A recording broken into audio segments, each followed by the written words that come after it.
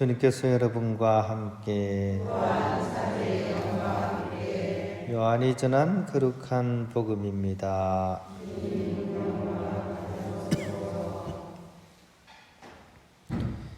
유다인들의 파스카 축제가 가까워지자 예수님께서는 예루살렘에 올라가셨다. 그리고 성전에 소와 양과 비둘기를 파는 자들과 환전꾼들이 앉아있는 것을 보시고 끈으로 채찍을 만드시어 양과 소와 함께 그들을 모두 성전에서 쫓아내셨다. 또 환전상들의 돈을 쏟아버리시고 탁자들을 엎어버리셨다. 비둘기를 파는 자들에게는 이것들을 여기에서 치워라. 내 아버지의 집을 장사하는 집으로 만들지 마라 하고 이르셨다. 그러자 제자들은 당신 집에 대한 열정이 저를 집어삼킬 것입니다 라고 성경에 기록된 말씀이 생각났다. 그때 유다인들이 예수님께 당신이 이런 일을 해도 된다는 무슨 표징을 보여줄 수 있어 하고 말하였다. 그러자 예수님께서 그들에게 대답하셨다. 이 성전을 허물어라. 그러면 내가 사흘 안에 다시 세우겠다. 유다인들이 말하였다. 이 성전을 46해나 걸려 지었는데 당신이 사흘 안에 다시 세우겠다는 말이요. 그러나 그분께서 성전이라고 하신 것은 당신 몸을 두고 하신 말씀이었다. 예수님께서 죽은 이들 가운데서 되살아나신 뒤에야 제자들은 예수님께서 이 말씀을 하신 것을 기억하고 성경과 그분께서 이르신 말씀을 믿게 되었다. 주님의 말씀입니다. 오늘이 라테라노 대성전 봉헌축일입니다. 이름 들어보니까 단어가 생각나는 무슨 단어가 없습니까? 라테라노 그러면 커피집에 가면 라떼 있죠, 그죠? 라떼, 그죠? 실제로 그 라떼입니다. 라떼가 우유라는 뜻이거든요. 그래서 라테라노라는 뜻이 제가 기억으로는 이제 우유가 이렇게 쫙 흘러내리는 그런 언덕이다. 아마 그런 뜻인 것 같아요. 우유의 뜻이 있고 또 젖줄, 모성이 떠오르는 그런 단어입니다. 실제로 이 성당이 우리 가톨릭 교회의 그런 젖줄이고 시작이기도 합니다. 지금은 우리가 베드로 대성당을 우리의 가장 중심인 성당으로 알고 있지만 사실은 원래는 이 라테라노 성당이 이 모든 성당의 어머니의 오뜸이라고 불렸던 그런 대표적인 성전이었습니다. 현재 베드로 대성전은 여기에서 이제 옮겨진 거죠, 그죠? 1000년 동안 역대 교황님들이 이 라테라노 성당에 거주를 하셨습니다. 그래서 교회 행정의 중심지였고요. 저희 프란치스칸들에게는 또 특별한 장소입니다.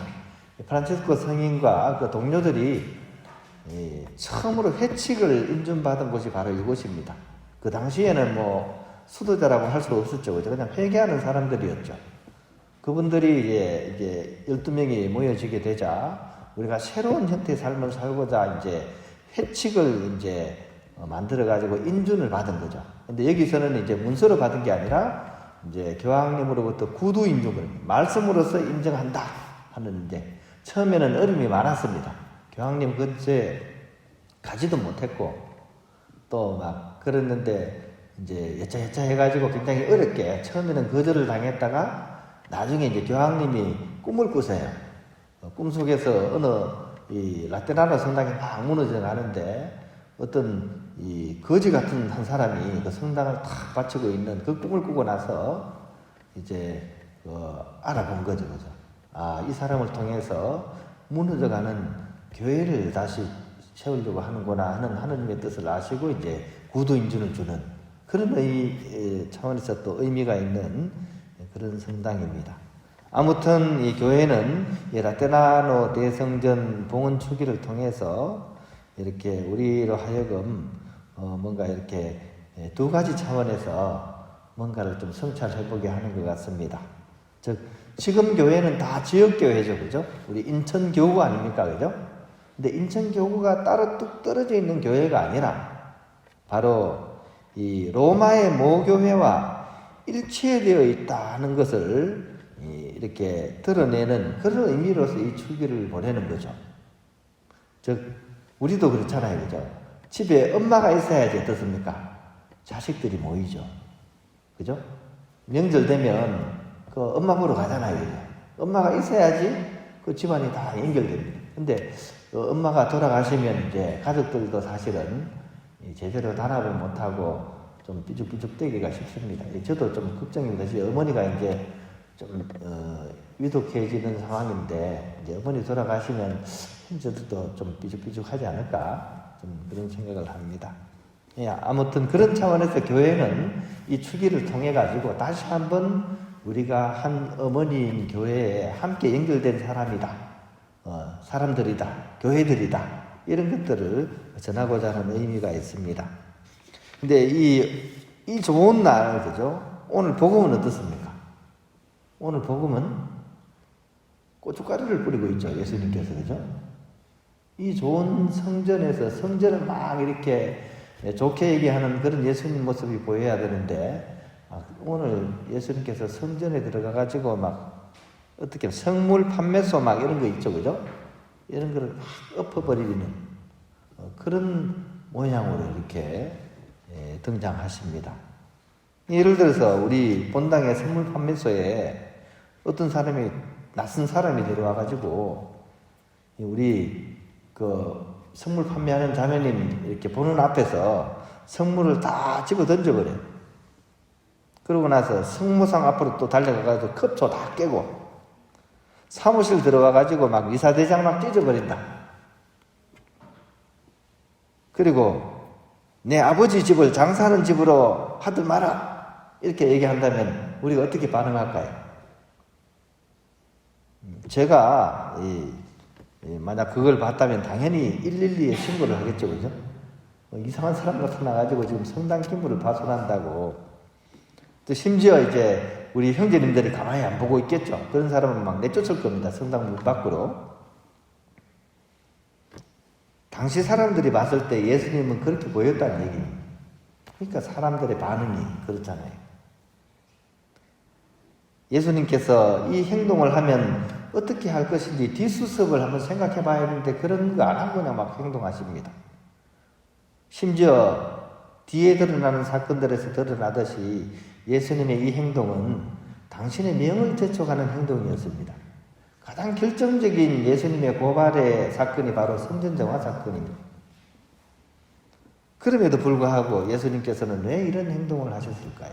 이것이 우리에게, 이 축일이 우리에게 주는 두 번째 의미입니다. 예수님의 마음은 너무나 간절하셨습니다. 어떤 차원에서 간절했을까요? 예수님은 하느님의 성전이 정화되기를 너무나 바랬기 때문입니다. 이것이 예수님에게 있어서는 가장 중요한 영번입니다. 최우선순위 영번입니다. 그래서 예수님께서 뒤에 하시는 말씀 속에 이 성전을 허물어라 이렇게 얘기하잖아요. 당신 몸을 두고 한 것이다 라고 제자들이 이제 해석을 하는데, 그죠? 이 의미는 이 성전이 예수님한테는 동떨어진 건물이 아니었던 거죠. 당신 자신이기도 한 거고, 그죠? 이 성전 안에 우리 삶의 모습이 그대로 반영이 되고 있다는 거죠. 우리가 이 성스러운 성전을 성스럽게 대하지 못하는 것처럼 우리 자신도 그렇게 대하고 있다는 차원에서 예수님께서는 이 말씀을 하신 것이라는 생각이 듭니다. 그래서 우리는 이 사건을 그대로 갖고 와서 내 삶에 적용을 시켜봐야 됩니다. 나는 과연 성전다운 성전의 삶을 살아가고 있는가? 하느님의 이 모상으로서의 나는 그 모상답게 살아가고 있는가? 그렇게 하면 우리는 아마 어느 누구도 자신있게 나는 그렇다라고 대답할 수 없을 겁니다.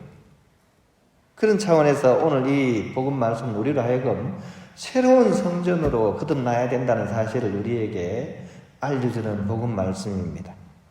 옛 관념과 옛 생각과 옛날 행위와 옛날 습관들을 다시 리셋을 하라는 얘기입니다.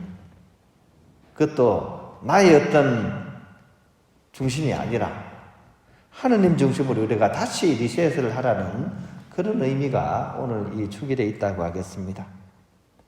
내가 30년 동안 신앙생활을 했는데 내가 재속 3회 종신 서영을 한 지 20년 다 됐는데 이게 무슨 소용이 있습니까? 다 허물고 새로운 몸과 마음으로 애기가 되어서 라테라노 그 모성에 우리가 다시 연결되어야 된다는 그런 의미가 이 축일에 담겨져 있는 것이죠. 이제 다시 태어나야 됩니다. 그죠? 여러분은 몇 살입니까? 이제 1살입니다. 언제 태어났습니까? 오늘 태어났습니다. 오늘 복음 말씀은 우리로 하여금 그것을 바라보게 우리 마음을 이렇게 이끌고 있습니다.